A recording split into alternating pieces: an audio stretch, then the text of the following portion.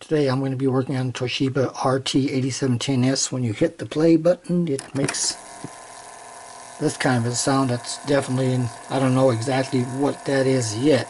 I'll find out once I open it up. Also, there's a problem with the radio. When you turn on the radio, say for example if I tune into an FM station, I only get sound coming out of the right loudspeaker. So either it could be a problem with the loudspeaker, with the cable going from the unit to the loudspeaker, or it could be an internal problem with the unit itself. This is how the unit looks from the back. The loudspeakers are attached to the main body of the unit with these small cables. So first thing I'm going to do is just swap cables.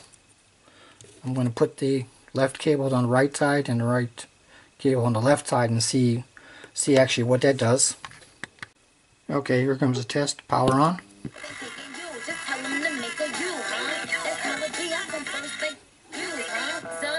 Nope, same problem. So I'm going to turn the unit around again. It definitely wasn't the cables, because if it would have been the cables, then the speaker that was working before wouldn't be working then, and the speaker that wasn't working would be working now.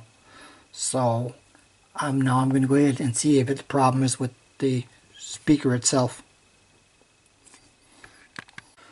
So luckily this unit also comes with longer cables in contrast to these short ones, so I'm simply now going to run a cable from the right side of the amplifier, and the right speaker were working. So I'm going to run a cable then from the right amplifier to the left speaker, and if it works now, then I can go ahead and assume that the left speaker is okay. We already know that the right speaker is good. So let me get the proper hookups here. So this is coming from the right, and this goes into here, and then this goes to the left speaker. So I'm going to turn the unit around and see what happens. So like I said, now I have the right output hooked up to the left speaker, and I'll find out now if the problem is actually with the left speaker or something inside.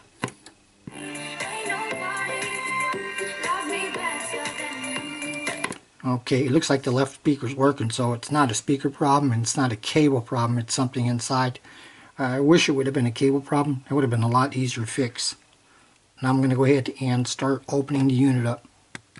So I just connected the cables, and now I'm going to go ahead and remove the battery cover. See if there's any hidden screws in there. I think I'm going to have to remove the speakers, which should hopefully come apart easily.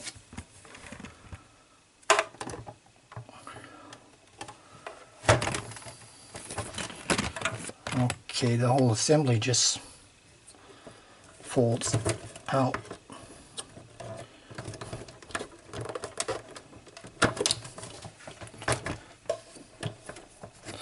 Okay, that was easy enough. Now I'm going to go ahead and do the other side. Which means I have to fold this down. And I'm by moving this red lever there. So now I got to open up the actual unit itself. So I've taken out 4 screws so far. One there. Actually, there's 4 screws came out so far. There's 3 long ones and 1 short one. Just a long one. This is a short one. That's a long one. And then there's one all the way right here. There's a long one too. There were also 2 screws on the bottom here. One right there, and then one right up here. I'm hoping the unit is going to go open now. So after I took out all the screws, I very gently shimmied it, shimmied it open from side to side and slowly opened it up. And there it is. I probably have to disconnect a couple wires. So I just disconnected one wire, but there's more. I disconnected this white wire. But before I go any further, I'm going to go ahead and get a piece of paper ready. I'm going to make myself a drawing so I know exactly where all the wires go when I put this thing back together. I had to remove all of the front knobs in order to take this front cover off, but those just pulled off. Also, in order to get the front cover off, I had to take this cassette door cover off, and that just unscrews here left and right. That was stopped me from taking this off. Now I'm getting ready to pull the cover off, and there it went. I'm in the inside now. Looks like I'm going to have to remove 5 screws in order to get the cassette mechanism out so I can change the belt. One there, one there. Then if I go to the right side, one there, and one hidden underneath here, right about there. Also, I just discovered there's one back there to the left of the counter. There's also a screw on the bottom left here that needs to be removed, right where the tip of my screwdriver is at.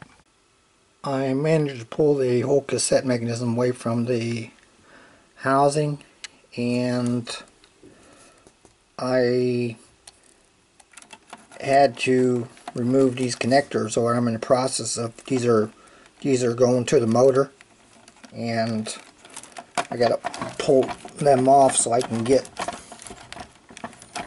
to the back of the cassette mechanism in order to change the belt. I think I got to shut the camera off. I need 2 hands. I carefully removed the cassette mechanism, and then there seems like looks like it's for starters, a broken belt problem. There's still a piece right there. I'm going to measure the width of it and then try to figure out what length I'll need. There are the connectors. Looks like the white one, it went to ground, and the white one with the pinkish red stripe on it, that went to the plus. So first, now I'm gonna go ahead and completely clean the flywheel here, and then clean the end of the motor here. You still got some real gooey gunk on there. So I'm gonna soak my cotton swab with alcohol and start cleaning this up. And this here, I might have to carefully scrape off the rest of that belt. It seems to be like really gooey and stuck on. I put a different belt on. That was quite an easy job. You just have to remove these. There's 2 screws here and there, and pull this plate off, and then that's it. Clean up the flywheel as I did, and clean up here the motor pulley. The hardest part was figuring out what size belt to use. So what I ended up doing is using a belt for a Sharp GF9191, and I'm going to try that out and hopefully it works. I was able to figure out at least what I think might be one of the problems. I'm hoping this might be the only one. This here with my finger at is actually a preamplifier, and the output of this preamplifier is pin 8, and here's which goes to a coupling capacitor, and there's a signal coming out of that which I can show here in a second. This is a signal that's going into the coupling capacitor. Now I'm going to go ahead and put the oscilloscope probe to the other side of this capacitor. So here's what I get at the other end of the capacitor. Basically nothing. Now I have my lead, my oscilloscope probe connected to the output of the preamplifier IC of the other channel. So I'm getting something coming out of that. This also has a coupling capacitor, and I'm going to put my probe to the other side of this coupling capacitor.